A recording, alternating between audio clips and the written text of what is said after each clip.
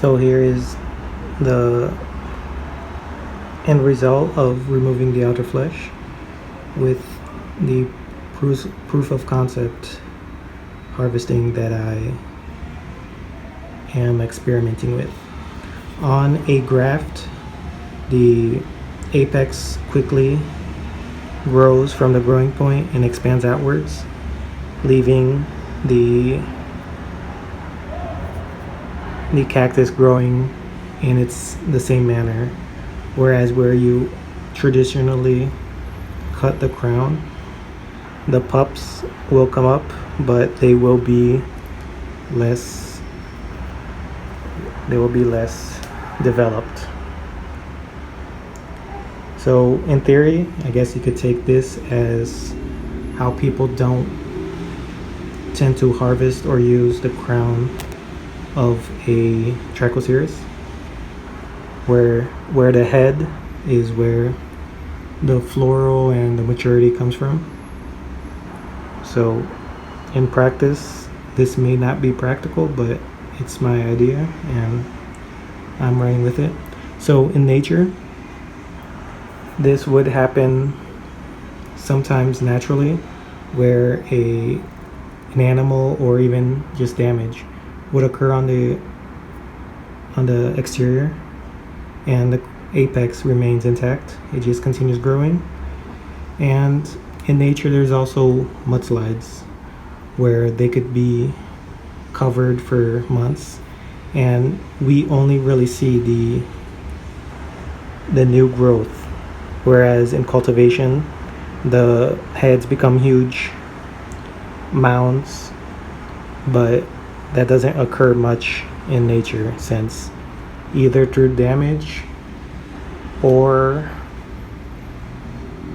through the natural mudslides, they would have only the top of the crown exposed and the rest of the flesh would become subterranean flesh. So that's why we see those massive taproots, but they're really thick. It's because there's a lot of subterranean flesh, where here it goes about half of this taproot is subterranean flesh, where you can see some older areolas, as you can see right here.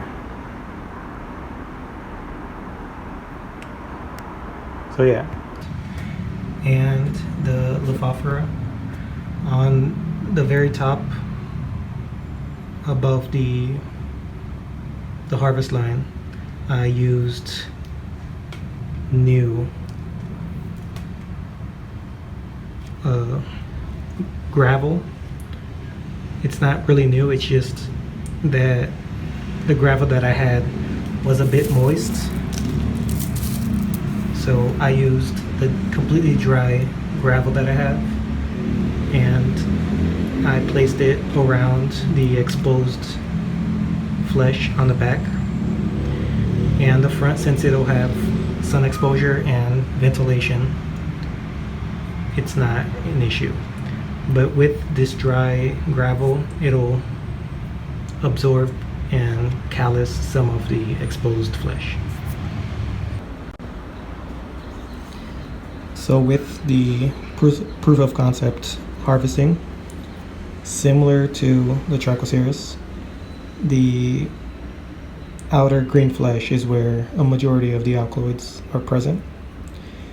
So when you cut the crown, the very apex, if you cut it in half, you'll see there's very little to no green flesh, where you only see the growing mechanism and the fur. Whereas here, when you harvest the outer flesh, this was a bit thick, so there's some excess white. But if I cut a bit deeper, you'll see there's only the green flesh on the exterior.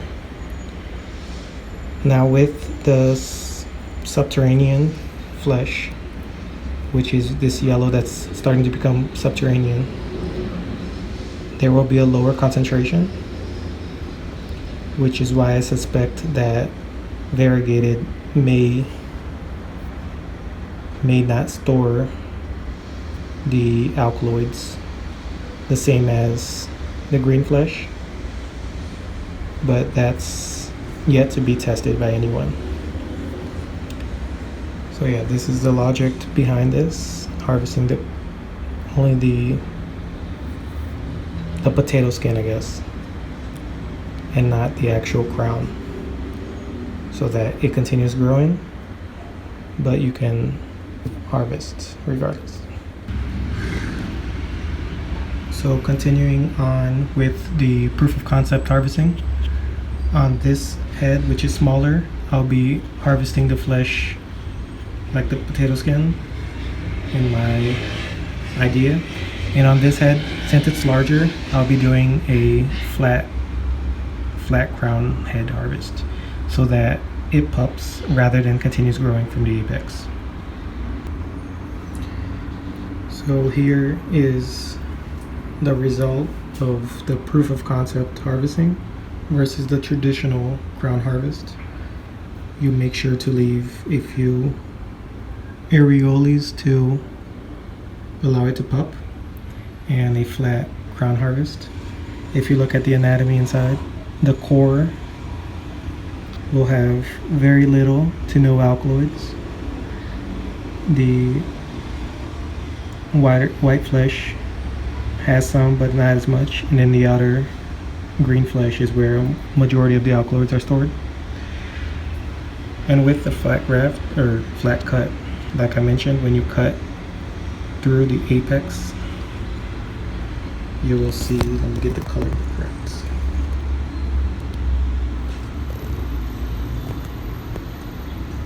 You will see that at the apex, there is very little. The lighting is a bit off. Let me see if I get it better.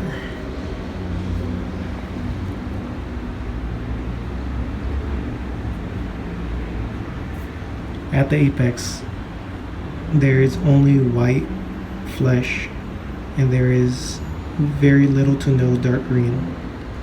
Only on the actual photosynthetic flesh on the outside is there any dark green flesh. And at the exact apex, there's only the growth mechanism, some wool from the new areolas, and very little green flesh. So that's the idea. We'll see how the growth from these two come out. Again, this one was a bit smaller despite them both being harvested in a similar fashion at the same time. So with this larger head, it might have a better root system since they were small stalks.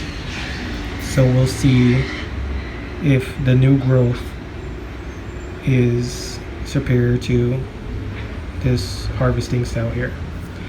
Again, my idea, I'll have to test in the future, is that the alkaloid content from this harvesting style will be superior to the new growth from the pups here.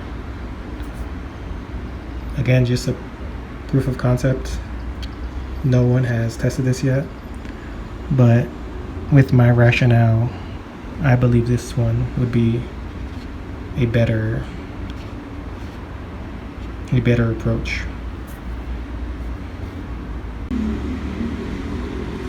So in testing the Brix level, just to increase the information I have on this, the Lophophora graft that was harvested with the proof of concept was around a 4.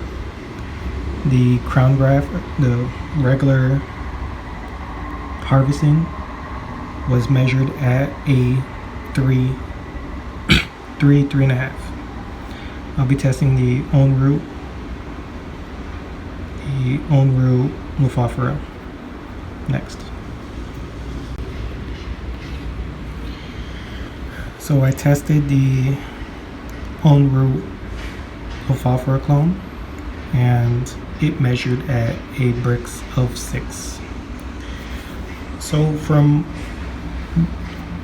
the research I've done trying to find if there is a correlation between the Brix level and any alkaloid levels, from what I've been able to find, there's only one paper that shows a correlation between the two, but not in the manner of speaking that if you increase the Brix level, you increase alkaloid production, but it infers that there's a correlation between the cultivar's Brix level with the overall alkaloid levels. So these are 3 different clones, and based on the Brix level, the own root seedling would have a higher alkaloid content than the other 2. But that doesn't mean that increasing the Brix level for the other 2 would equate to the same alkaloid level as the own root clone. The way that the paper describes it is just a manner of that specific cultivar having that property. So with the Trichoceres, the Trichoceres brigesi monstros has a Brix level of over 5, and it received the same exact treatment as my other seedlings, and the other seedlings measure around 2, 3, and one had a 5 Brix level. So I'll need more time to experiment on this, but the idea would be using this Brix level as a seedling selecting tool for potential alkaloid selection. So you grow a few seedlings after a certain size where you have enough material to do a Brix reading. You take the Brix level and you would separate the higher Brix level seedlings separate from the lower Brix level seedlings. Again, it's not to say that the lower Brix level doesn't have alkaloids or in the same concentration. It's just that there is a slight correlation between the Brix level of that specific cultivar to having more alkaloids. It's not causation, it's just a correlation. So it's not because it has a high Brix level that it'll have high alkaloids, and it's not having high alkaloids that it'll have a high Brix level. So each clone would be separate, but with this specific paper that I've read, the alkaloids of the plant in question, certain species had a higher alkaloid content than the other species of the same family, if that makes sense. So this is just, again, very preliminary. I don't have any proof yet, so I'm just accumulating more data.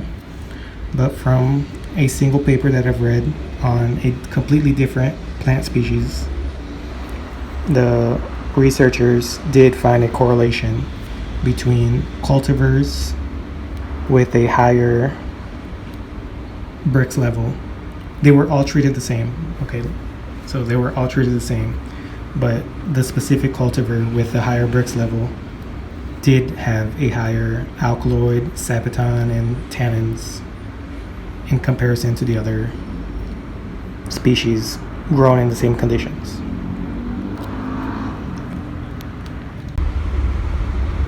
So later on, I'll be testing the Brix of these other cacti that I haven't tested yet. I haven't tested any pacanoid that I'm growing yet, but again, This may not prove to be true, but under the same growing conditions, a plant that has a higher Brix level will most likely have a higher alkaloid content. It may not be mescaline specifically, but it will have more alkaloids in general. But again, it's not to say that a lower Brix level plant doesn't produce the same amount, or it in general. It may produce the same amount or even higher. This is just a method of pre-selecting seedlings that I'm going to experiment a bit with, so that I can experiment selecting Lophophora seedlings.